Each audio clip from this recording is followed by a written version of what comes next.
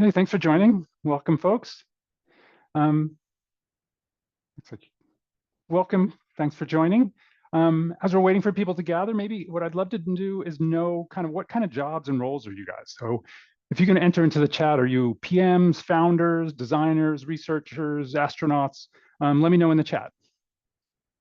And then we'll get started in a couple minutes. Awesome. Researchers, design. What else do we have in the room? Data scientist, business development. Cool. Very cool. So as you're coming in, we're just putting in your roles or kind of how you identify what your title is.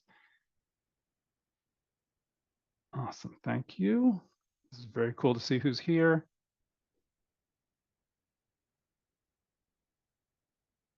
Great. Love to know who I'm talking to. Go to market.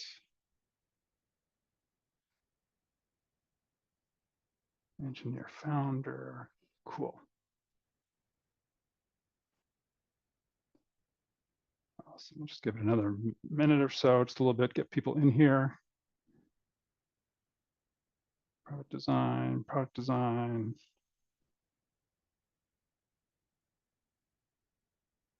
Cool.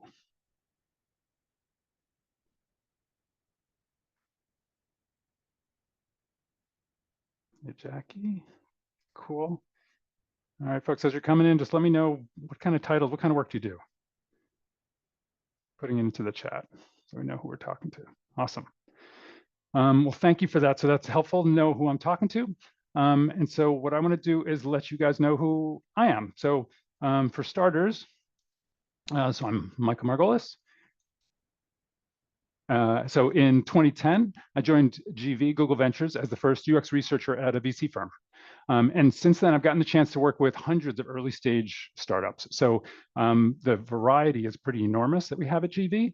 Gotten to run about 300 research sprints with companies, just about anything you can imagine, everything from food to security to robots. And a lot of those companies are smaller or more specialized. You probably wouldn't have heard of them, but some of the bigger ones that have kind of been really successful for us have been Uber, Slack, Nest, Toast, Gusto. Probably heard of those.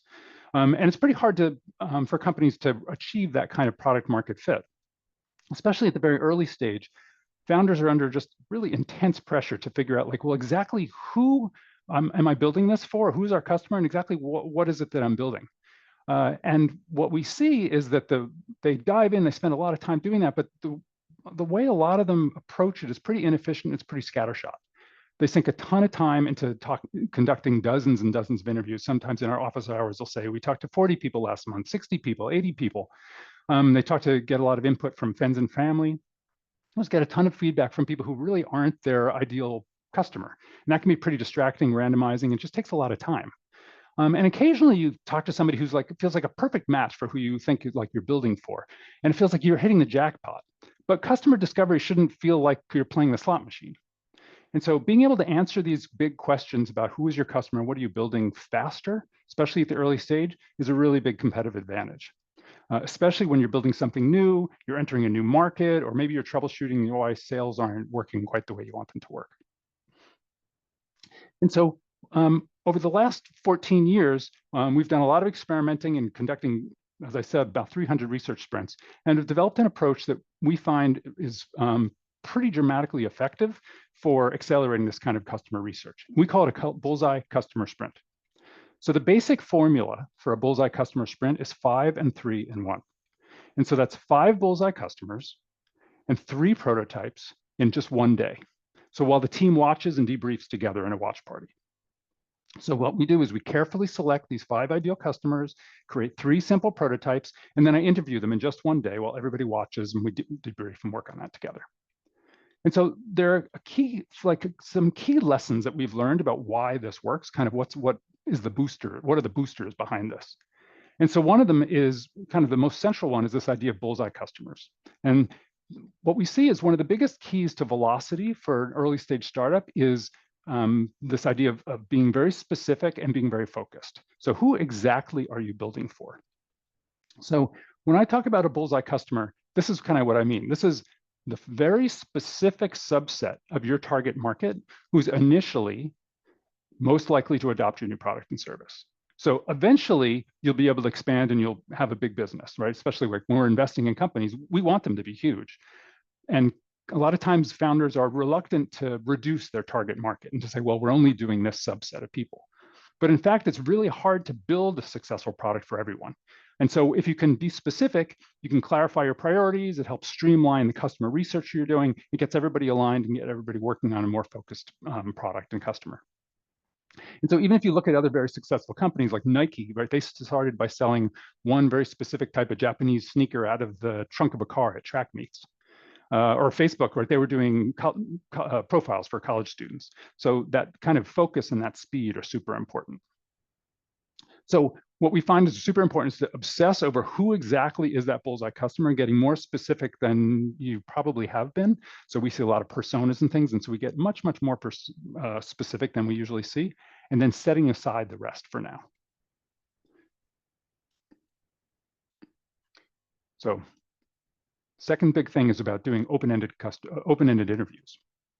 So if you want to understand customers really deeply, the best bang for your buck is to do these kind of qualitative open-ended interviews.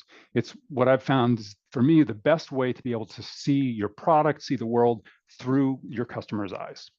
To understand, it allows us to dig into hearing their stories, understanding their behaviors, their motivations, their expectations, and the big why behind whatever they're doing, and why they're describing those things. So those open-ended interviews are critical. And we do them in small batches. So it's not just we do an interview on Monday and then do a couple on Thursday and then follow up later on. I like to clump them. So when we can clump them and do, let's say, 5 interviews in 1, maybe 2 days if time zones require that, what it does is it accelerates our ability to be able to see the patterns. So if we do a bunch of interviews in 1 day, by the end of that day, it just becomes really clear like what the conclusions are and kind of what's happened. And you don't need to drag them out, which makes it much, much harder to kind of do any kind of analysis or remember what happened. And we compare prototypes. So it's pretty common that teams will kind of invest and fall in love with one particular idea and get a little bit too committed to it. And then if you're showing that to customers and you have your one idea, you'll get feedback, right? I'm sure people have seen this or done this, and it's okay, right? They'll tell you what they like or don't like, and that's fine. But if you're able to present a bigger variety of different ideas, of different possibilities of what this could be, things that they may not be able to imagine on their own, because that's not kind of their job, you can have a much deeper conversation about kind of the pros and cons of these different things. So a way that I sometimes think about it's like doing a taste test. So I'm here in the great state of Washington, where we take our apples pretty seriously. So the newest apple, you may not know, is the WA64. So they haven't quite named it yet. And so if I were to give you the WA64 apple to taste it, to test it, you'd give me some input about it and you'd tell me kind of what you like, if it's sweet or whatever. And that would be fine. But if we could compare it to, say, a Granny Smith and a Cosmic Crisp, the last great contribution from Washington State for apples, we could have a much more interesting conversation about the details of those and kind of what you like, what you don't like, color, crispness, crunchiness, what you're using them for, that kind of thing. So having things to compare becomes really important. And then we make it a team sport. So this has turned out to be kind of our secret weapon for moving really fast. So as an example, we do a lot of UX watch parties. So while I'm conducting the interviews, the whole team is watching all of those. So as I said, we're doing it in a clump, so typically it's like 1 day of interviews. And the whole team is watching, taking notes, debating, debriefing, et cetera. And so the whole team gets on the same page. They're super energized by what's happened. They've learned, they've shared, they've seen all the stories. And by the end of it, I don't need to write a report. I don't need to spend my time kind of doing a bunch of analysis or trying to explain or convince people what happened. They're like, oh, there was this really interesting person and this is what they did. We all saw it. There's kind of this shared language and a shared understanding of what's happened. And so I find this is super valuable. So what I'd like to do is talk you through kind of an example and show you how a Bullseye Customer Sprint in practice, how it's worked. Kind of illustrate some of the things that I just described. So a few years ago, I met a startup company that was developing a new service for delivering specialty prescriptions, specialty medications. So specialty prescriptions are things that are aimed at they're usually expensive medications that are aimed at treating very complex chronic conditions, things that you don't get from your normal corner pharmacy. And they had a couple big questions. So before they were going to build this, which is always a good time to do it, they needed to kind of sort out a couple major things. So one is, for the logistics, are we optimizing for delivering things as soon as possible? Is the scenario like somebody has this major disease and they're like, oh my gosh, I need my medication right now, like get it to me as soon as you can get it to me? Or is it about predictability? Is it that I don't need it like right this second, but I need it soon, and maybe if I can wait till tomorrow at between 2 and 2:30, like a predictable window. So each of those has very different implications and pretty major implications for how you might build out the logistics for that delivery system. So they wanted to try to sort that out as early as they could. And the other big question is, who's the ideal customer, right? Who is the bullseye customer? And that would have giant implications for sizing the market and the opportunity, and for figuring out how to, who you're marketing this to and how to message it. So I knew that we needed to then, to answer those questions, I want to talk to their target customers, right? I want to talk to people who are on specialty medications. But I know from experience, I don't want to talk to anybody who's on a specialty medication. There's probably some difference. Like I'm new to that space, but I'm guessing there's some specific kinds of criteria that are going to make us help us identify who's kind of in that core that we want to talk to, who again is most likely initially to adopt the service. So what I do to address that is I work with the team and do what's called we call a bullseye exercise. So I set up about 45 minutes with the team and kind of interview them about what do they know, right? Because they're in the space and they know a lot. And what we need to do is just kind of get it down, get it in writing, so that everybody's clear and in agreement about who is our bullseye customer. So, and when I'm doing that, what I'm trying to do is tease out very specific criteria that we can use to then go recruit those people. And the way I think about those criteria are inclusions, exclusion criteria, and triggers. So inclusion criteria is kind of like, who do we want in this group? What are the particular things that we know that they need to have experienced, or certain characteristics that we're going to want them in the group? And that's pretty easy because usually teams are good at thinking about that. They've spent the time thinking about who they want, who they're going to target. But exclusions sometimes are a pretty valuable way to spend a little, it's worth spending a little extra time there, because often teams, as I said before, are reluctant to eliminate anybody out of their group. And so it's worth thinking like, actually, who would you exclude and why are you going to cut those people out? Because again, we're trying to focus down on this group that's really, really the bullseye. And then triggers we found is really valuable. Is there some specific event or experience that somebody has gone through that's going to make them more, or maybe less, likely to want to adopt this? Is there something that's happened? And so everybody that we want to target probably has gone through that.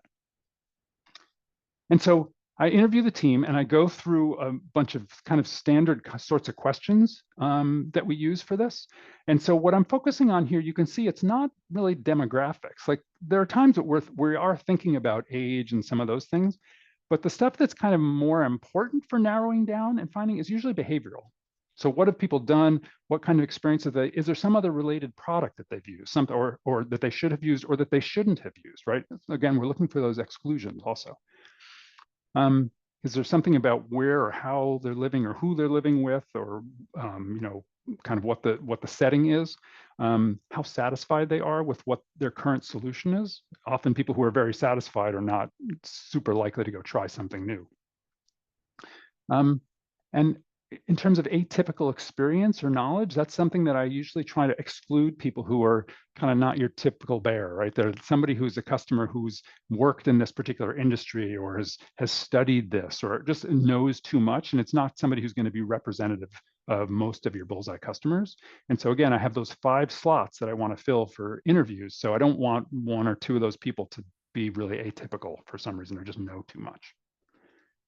And if you wanted to grab, there's a worksheet that I use. I've collected all of the main questions that I use for this. And so you can see this at learnmorefaster.com, which is where all these materials and resources are.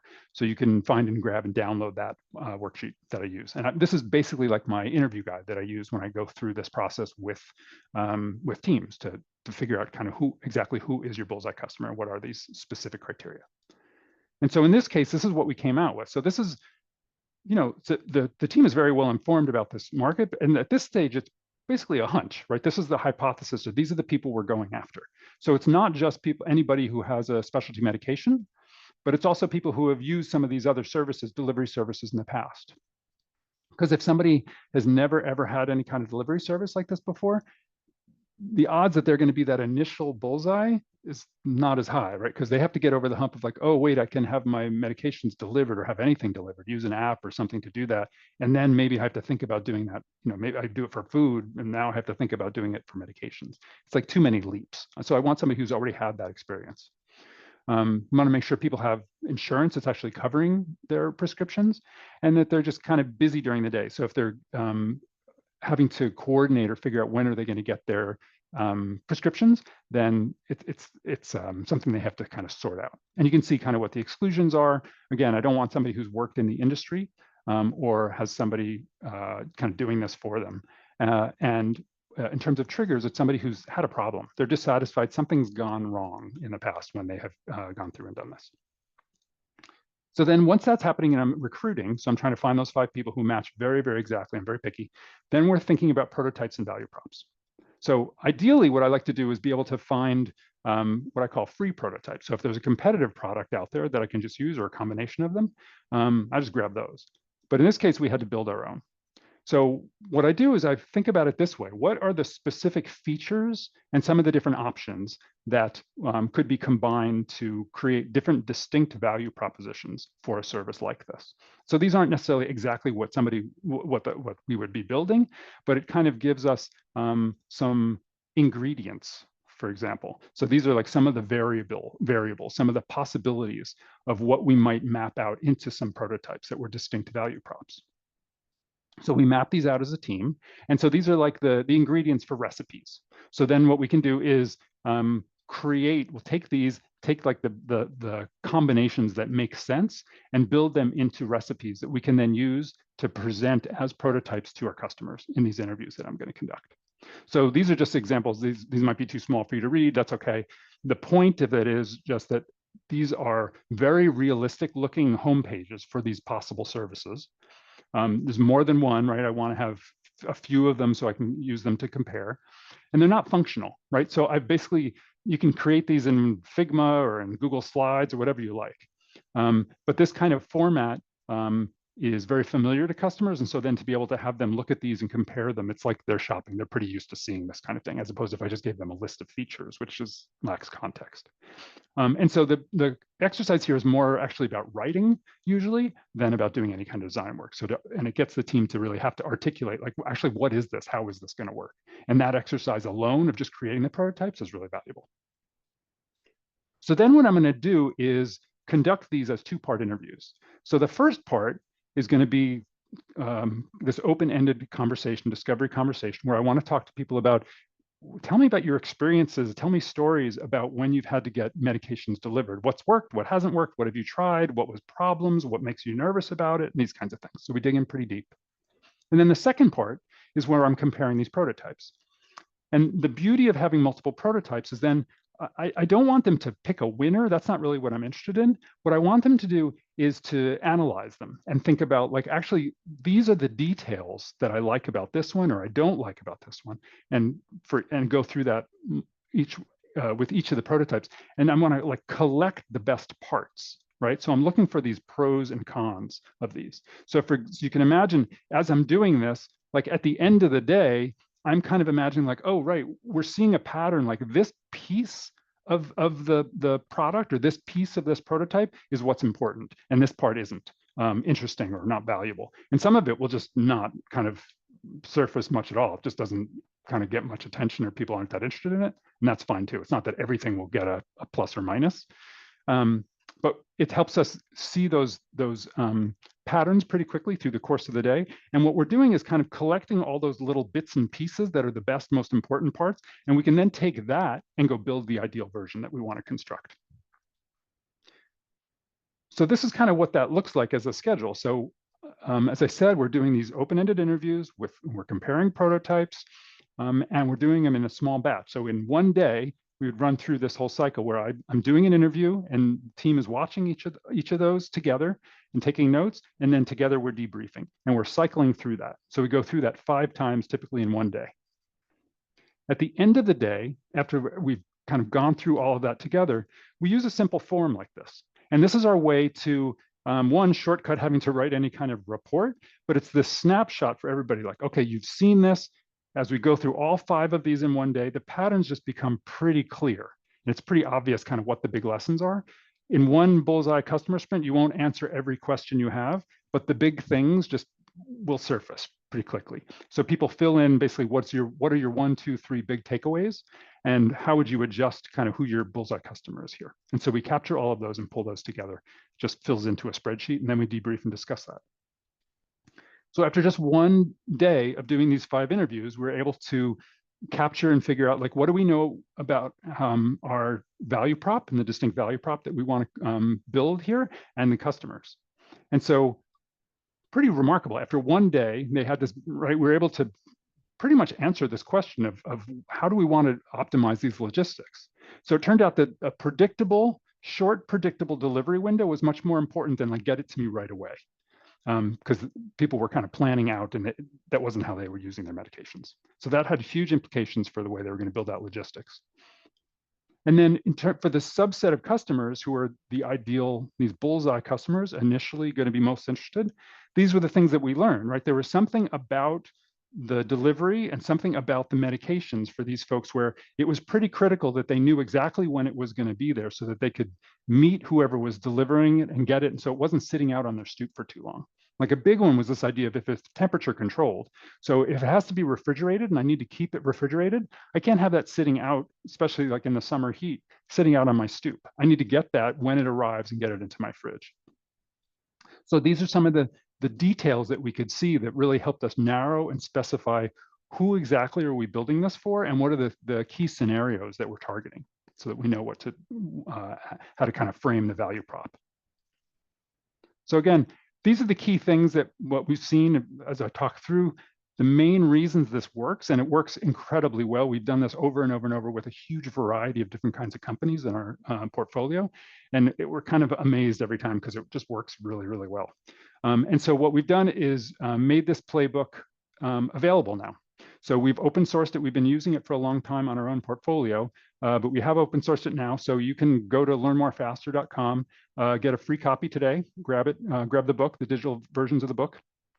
It has templates, all the videos, everything is there, everything you need to run your own Bullseye Customer Sprint. There's even a nerdy research themed playlist. And so please check it out and let me know what you think of it. Here's where you can find me, how you can kind of communicate with me. And if you have questions about it or anything, please let me know. And then if you have any questions right now, I'm happy to stick around as long as you want. And just please put them into the Q&A feature here, and then we can kind of go through those. So thank you very much.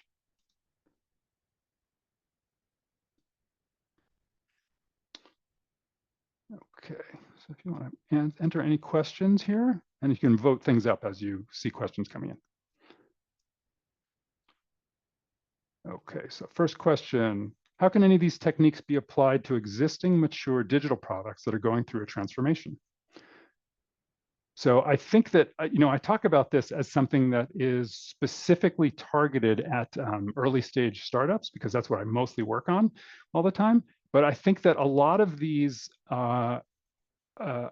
techniques apply the same way. So even if it's something that's a mature digital product, there are a lot of times and scenarios where we've seen with our companies, there's a scenario where all of a sudden they need to kind of start figuring this out again, like, oh, our customer has shifted. So for example, we're selling in the UK and we're doing awesome. And now we have to, like, we're going to sell in the US. And like, what do we do?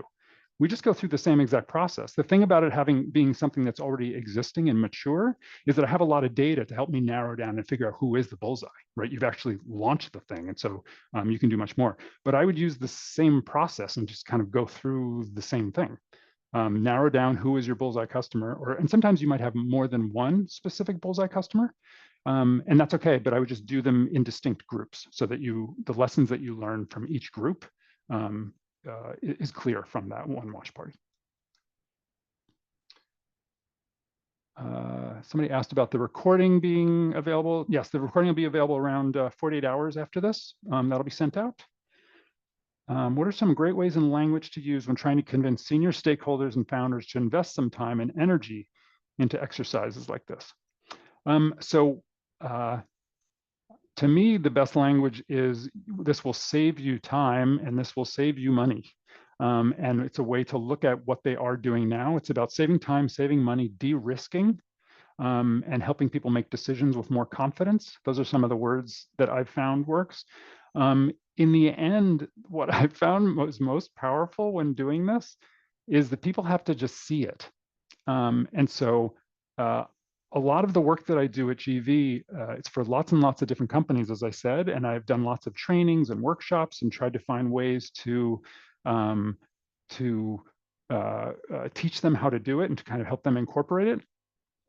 But in the end, it's not till they actually see us do it. They see me do it. They watch how we do those interviews. And I was like, oh, because initially what they'll tell us is, oh, we talk to our customers all the time. Like, we're already doing this. We're talking to customers all the time, which is great. Like, I'm excited that they're doing that. But then when they see how we do it, they're like, oh, yeah, that's not what we were doing. That's totally different. We were selling to our customers, or we were, looking at customer service tickets or things like that. So yeah, somebody says, yeah, saying it works for Google gets you really far. So yeah, if it helps them to tell them that we're doing it at Google Ventures, then tell them that. Okay, any other questions here? What challenge have you encountered with teams being uncomfortable with focusing on the bullseye, i.e. the exclusions? Do you have tips for managing this reluctance with teams? So founders can be reluctant to narrow and to focus. So the way that we usually address that is that we talk about it in terms of sequence. So it's not that you're never going to do that, right? So when I'm working with a company, I want nothing. I'm an investor also, right? I work at GV. So I want nothing but for them to be wildly successful and to build a product that's for everybody. So I'm on the same team as they are. But it's about sequence. So like, let's start here, or let's do the first study with this particular group. Who's the most core? And then we'll do another one. Like, you could have more than one bullseye. And so that's one way to do this. The other thing that I find that helps us build some buy-in is that a lot of the way that we've developed this technique is to make it as easy to adopt and to try as possible. And part of that is speed. So a lot of the things that I've done over the 14 years I've been at GV, and for the many years before that I've done research, it's about optimizing for speed. So if I can do this in a day, I'm like, all you need is a day. I'll do all the work, and we'll prep it, and I can do whatever. But you just have to show up for one day of interviews. You tell me you're customer obsessed, and this is like a super, super important issue. So that's the other thing, is making sure that you're working on top priority questions for them. And then that helps make it helps reduce the reluctance, because they can just spend one day. What did the earliest versions or earlier versions of your Portco support look like before you landed on this watch party approach? I'm curious about the evolution and how you landed on this system that's so efficient and productive. That's a good question from somebody who was doing a lot of work. Jackie is working also with early stage companies. So when we first started at GV, we were doing much more hands-on product design with companies. And so we were getting in there and doing that and kind of working alongside them and actually doing the design work. And so over time, what we saw, and I was doing that, and I was also doing, as I said, a lot of these trainings and trying to teach people how to do this. That didn't seem so scalable for us to do. Like, if you need a researcher, you should hire a researcher, which a lot of our companies have done after they see this. It's, to me, one of the fun things. After they see this and do, it's like, oh, we need to do much more research. We need to go hire research.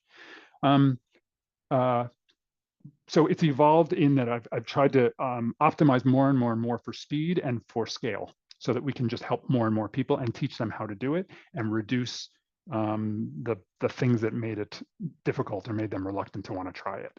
So it's just kind of gotten faster and faster. The shift also to remote work and distributed teams has also made this work much, much better, because the interviews, I can do the interviews over Zoom. The teams are spread out all over the place, and this process that we have for doing these watch parties works really, really well now, because people are used to this. Would you use exclusions to set up your screener during recruitment? 100%. So when I write a screener, I'm not writing it in a way that I'm saying, I'm not telegraphing what the right answers are to my question. So if I need somebody who has previously used Instacart or Uber Eats, like for the example I walked through, I might ask about some of the different kinds of services they've used and which ones they've used. And I'm looking to see, like, did they check the box on Uber Eats, or did they only check the box on Netflix or something else? And so I'm not saying I need somebody who used Uber Eats, because then if you're offering $125, somebody's like, oh yeah, I used Uber Eats, totally, yeah, that's fine. So the exclusions are built in to the way that I write the questions, but I'm not communicating or telegraphing that it is an exclusion. Hope that explains it. What criteria do you use to group these bullseye customers? You said behaviors, but curious if there's a framework or methodology to follow up to identify who these customer types might be. So the way, I'm not sure exactly what you're asking here. The way that I do this is through this bullseye exercise where I'm peppering the team with these questions. And so through that bullseye exercise interview with the whole team, I'm basically asking them, I shared that worksheet with you. I'm asking them lots and lots of questions and pushing them to be as specific as possible. Who's in, who's out, how would you prioritize these people? Because I'm like, well, it's kind of these people knows people. Like, okay, well, you need to pick. And so I'd say that the framework of the methodology is to force people to make choices and to prioritize and to be specific. But at some level, it's a hypothesis. So we go in and most often what happens is we do this, we have a hypothesis, we generate that list of criteria that define the bullseye customer, and we recruit them and talk to them, and then we revise it, which is kind of the power of this, right? So if you're thinking about product and you're thinking about market, through the course of this, what I'm really doing is adjusting both what exactly is the product and who exactly is the customer. And I'm trying to mash those together very quickly at the same time. In my experience testing highly polarized concepts, prototypes, very different, often polar opposites, even if not completely feasible, did spark very strong, insightful reactions to identify the best path forward. What's your advice in that sense?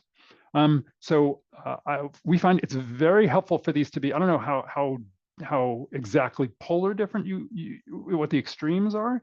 So if it's something that it's okay if it's something that you might not build. And we want them to be things that are distinct enough and different enough that there's something worth comparing. If it's just like, well, this one is blue and this one is green, that's not so interesting. Or this one is fast and this one is like a little bit faster. Like it's not that interesting. And so we want to really try to stake out some different territories with those prototypes to push people to really think and compare, and push the team, quite frankly, to also think about some range of possibilities. So I think, which is what you're asking, was to push the edges with these prototypes. If they're too similar, it's not as interesting. At what point of the discovery process do you recommend running a quant study to corroborate qual findings? So for early stage startups, it depends on what level of confidence they need. So after we do the qual study,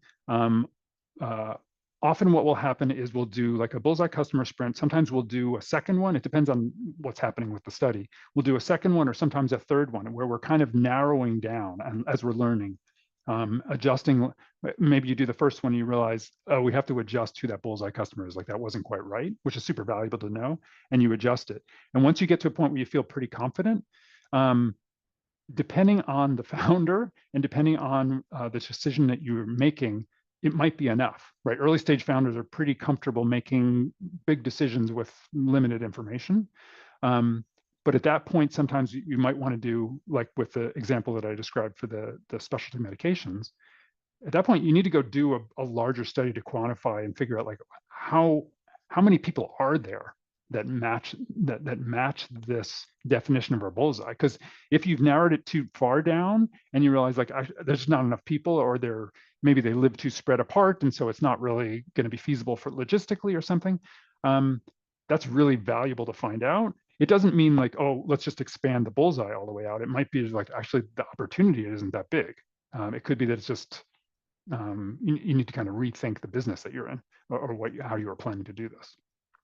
But the quant study is a very valuable addition afterwards.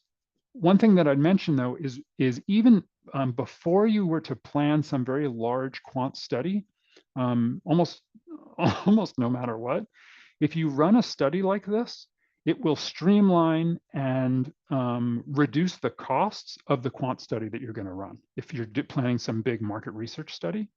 Because invariably what happens is we run this, and when you do some qual study, it highlights or explains, or I guess it reveals certain insights about your customer and certain ways that you might phrase the questions, or new kinds of questions that you wouldn't have thought to ask, or who you're targeting for that market research. And so doing something like this, where you, like I said, you spend a day doing a bunch of interviews, can save you a huge amount of time and cost on the a subsequent market research study, or even a design sprint. If you're going to do that next, this helps focus it and streamline the rest of that, and helps you move faster. Any other questions? That's all I see here. Just give you guys a minute if there's anything else.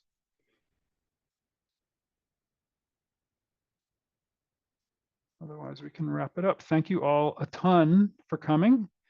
Go get yourself a copy of Learn More Faster, and please let me know what you think.